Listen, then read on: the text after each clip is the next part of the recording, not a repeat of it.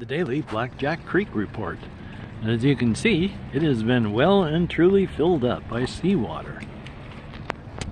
It is, of course, a freshwater stream that starts, well, who knows where. But this is all salt water. When the tide comes in, it pushes all the way up. Well, howdy. Nearly senior citizen here. Greetings, boys, girls, and all of our non-binary friends, and welcome to this, a brand new day with me. Once again, holding my tablet in the air while I spin in circles. Luckily, I'm probably not going to fall down. Anyway, though, some of my plans are, I have done the physical solo RPG stuff, and I wanted to do a sandbox type campaign and do that for the channel. But one of the things I was thinking was invent the world as I went along. But I have seen from a lot of channels where they're saying the best thing to do is actually come up with a world beforehand. Sandboxy, still. So I have a PDF of a thing called Cartograph. It's a mapping game where you play a cartographer and you're mapping a new world. Now, you can die in the game, and then your map is done. But if you want to keep going, you can also make up a new cartographer and just continue mapping out the world. Now, this is a good way to make a sandbox world, and then go from there. Invent the world, and then make up the situation and the sociological, economic, political stuff, and then go from there. So that's what I've been thinking of doing, using the cartograph system to make up a world, do that on channel, and then get a system, and then, show how that works out playing that. I also need to get a new Xbox since my Xbox One died, but I can't get an Xbox One because, they don't make them anymore, which means I need to get an Xbox S or an Xbox X. But getting an Xbox S means you can't play any physical discs. And I have a whole stack of physical discs, including Witcher 3, the Dead Island stuff, whole bunch of things. So that means I can't get an S, which means I'd have to get an X, and they're expensive. But I don't just want to get an Xbox and then not be able to play my games that I have. Also, since I have Game Pass, and I haven't been able to really hook up anything at all to use it, I've been paying for nothing. But once I get my controller back, I can stream console games even on the tablet here. So that's, ooh. Still though, I've got plans for today since it's only about 5:30 in the morning. I'm going to be going around recording as I go on walkies and talking about life and things. I'm going to go to the library, of course. I'm going to head out in the Fred Meyers area. Just something to do as I go out walkies. And then, yeah, so this is just me saying good morning as I wave my tablet around. Luckily, I might drop it. Not going to, I hope. Anyway, though, I hope you all take care. Have a great day. I'm going to be recording, in person later on, short stuff. I stitched these things all together, largely out of chronological order, mostly just because I can. I am a frustrated avant-garde videographer, after all. So, you take care, and videos will be a-coming. Hey. How far? Well, there must be fresh water mixed in there somehow, because the fresh water has to come out, but it's all being filled in by the salt coming in. Huh, how does that work?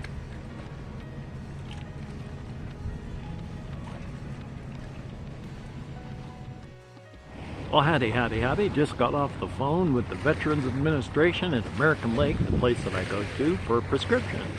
Last week I called in for guanfacine, which is a ADHD med, but it's also a blood pressure med, and I use it for my blood pressure as well.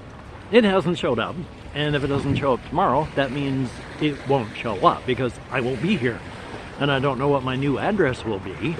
So and I can't get to the facility.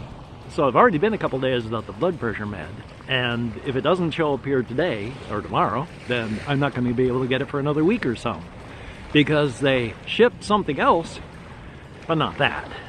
So the pharmacist is supposed to call me today, yay, and that's a good thing.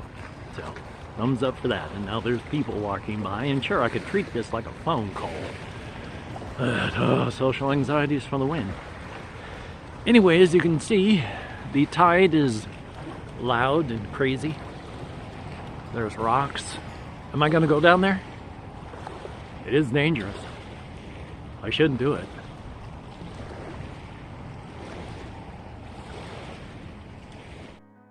And I am a bit nervous. It's Tuesday morning. On Thursday I go to orientation, and then I go to the Veterans Village.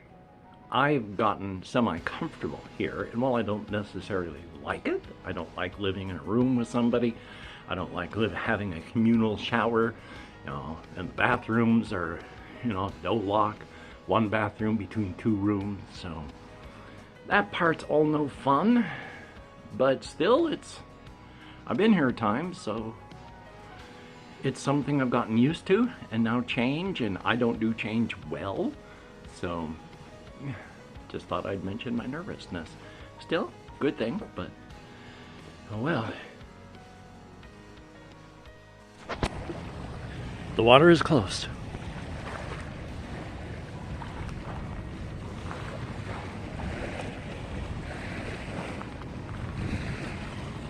And we're gonna go there. Is it dangerous? Only every single time I do this. People have mentioned in comments, boy, slippery rocks are no joke, and I've gotten hurt on them. And yeah, they are no joke. Luckily, they're not that slippery today.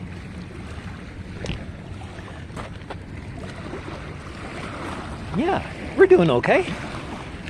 There, see? It's not bad. Ooh, I'm losing my balance. Yay! I promise that I probably might not crack my skull open. There is a good chance that I am not going to get badly hurt. Boy, that rock is it doesn't want to stay stable. What am I going to do about that one rock here? Maybe I'll stray to that one. Ooh. Ooh boy. Ooh boy.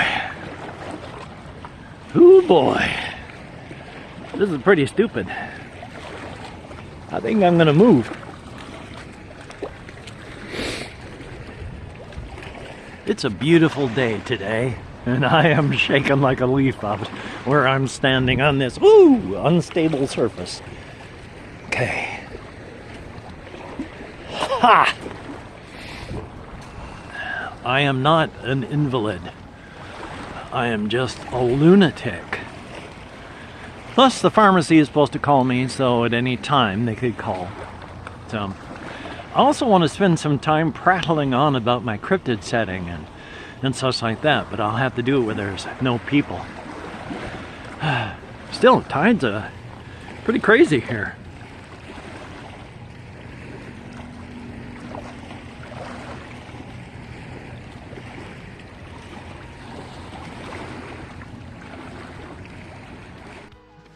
Hello. In my cryptid setting, I have posited that there are light cryptids and dark cryptids, and the world is full of cryptids. There's cryptid energy that normal people, normal matter people cannot even understand is there.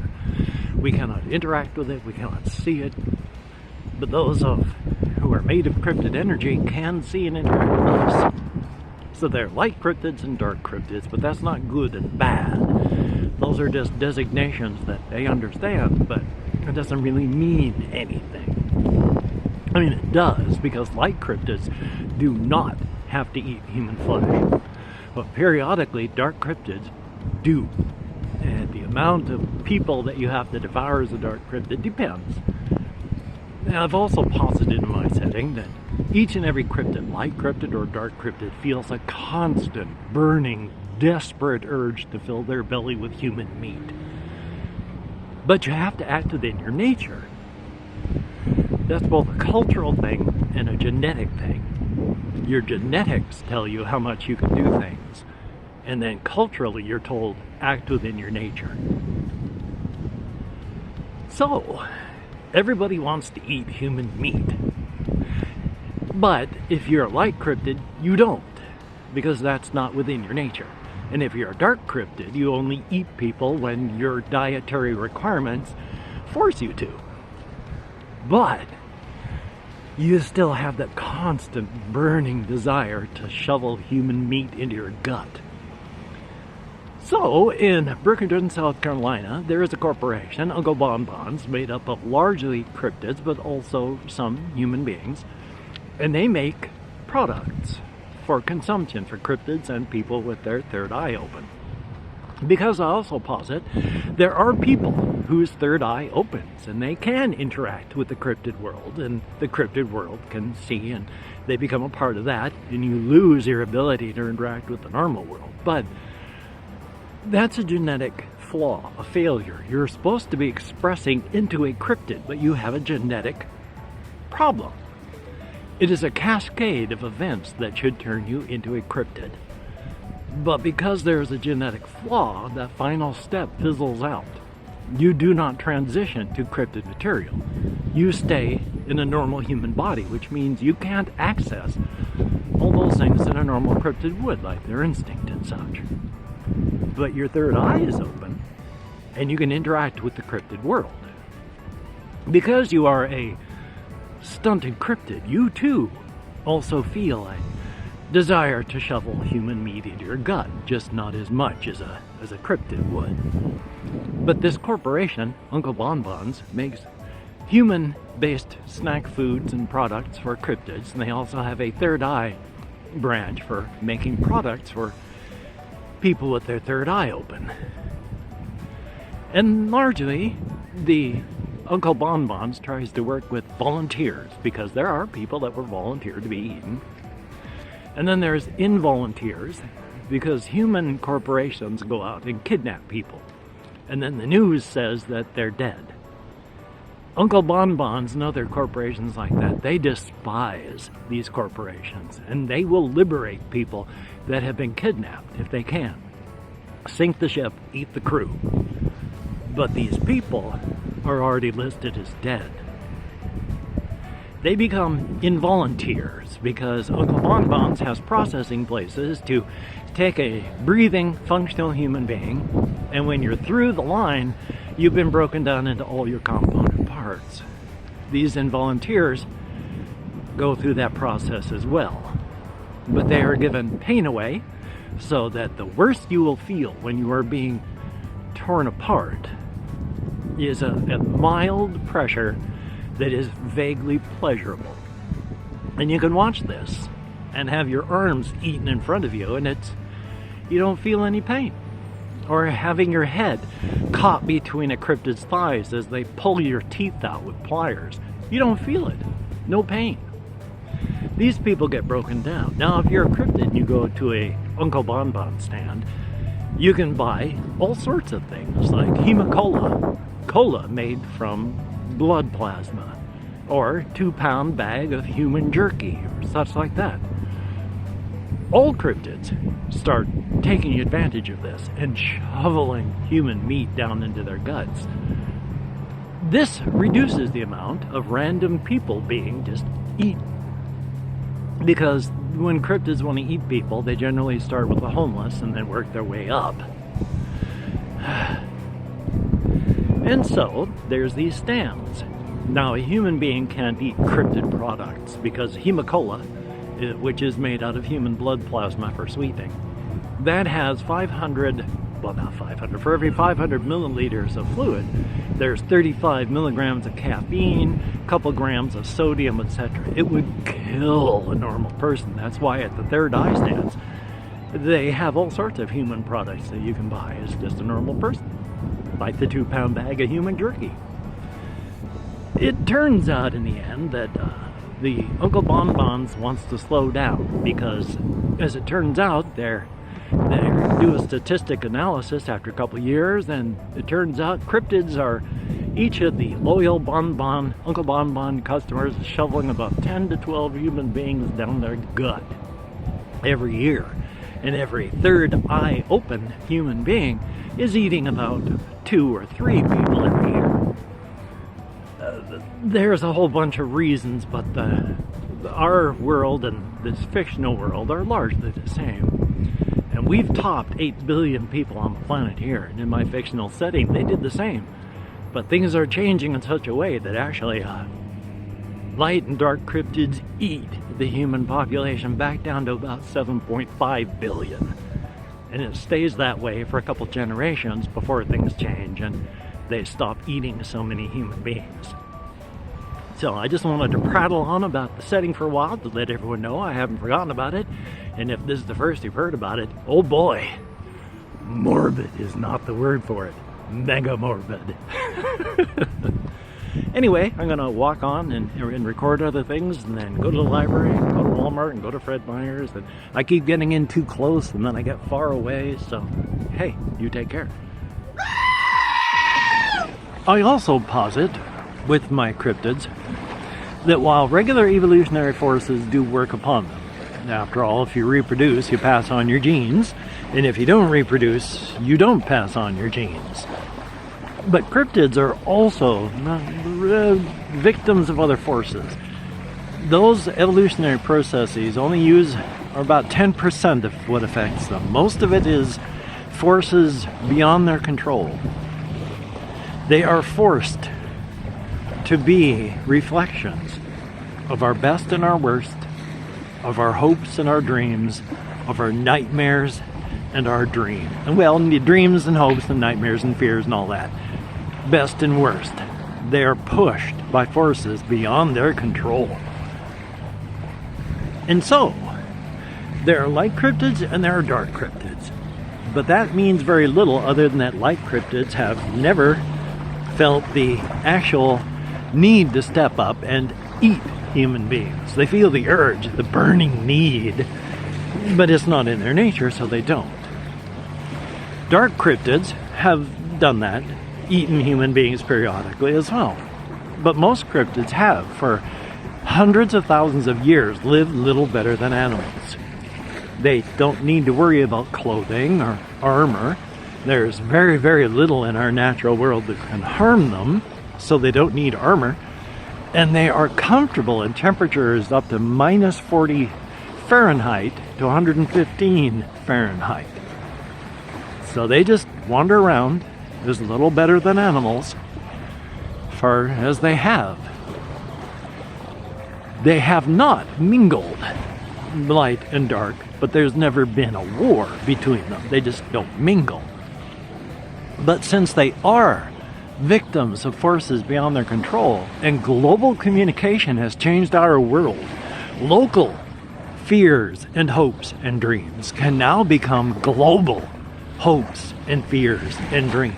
We learn about the best and the worst from all around the world, whereas hundreds of years ago, you barely heard anything outside of your village. Cryptids are being whipsawed.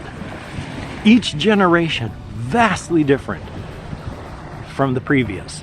Not physically, but just the forces changing. The latest, generations of cryptids have the light and dark cryptids actually mingling. Two of my characters, Polly and Jimmy, a light and a dark cryptid, are in love. And they do things together. Polly's a light cryptid. Her great-grandparents were the first, among the first generation. They both ate a person. Her grandparents ate 2 people during their lives. Her parents, well, her mother has killed 14 people by eating them in the past 20 years. And Polly, well, she eats about 4 people every month. Light cryptids don't need to eat people. But for a lot of light cryptids, suddenly it is in their nature to be able to do so.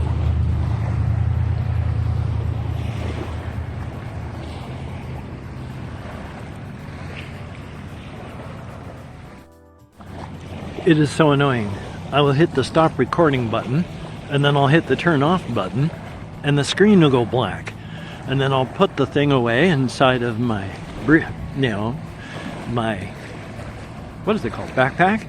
And then when I pick it up and open it, it's on the home screen. Even though I hit the power button and it went black, it didn't actually turn off the home screen. And so it's sitting there eating up power. Why it does that, I don't know. But can you listen to that sound? It's kind of a whoosh sound to it as it drains out of the shells.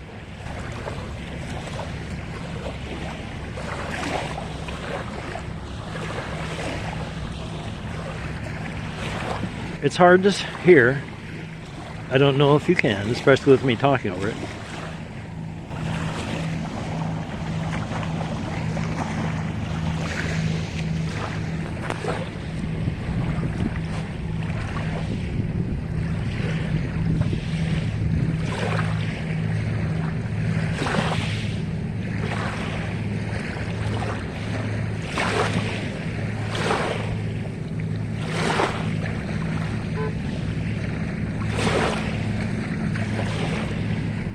Beauty and death. Our entire world in nature is beauty and death.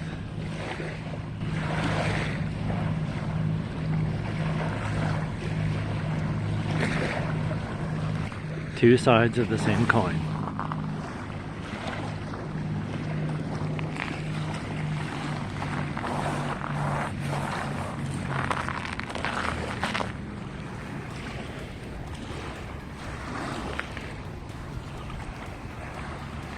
How many trillions of dead clams through the centuries, through the millennia, through the billions of years on our planet?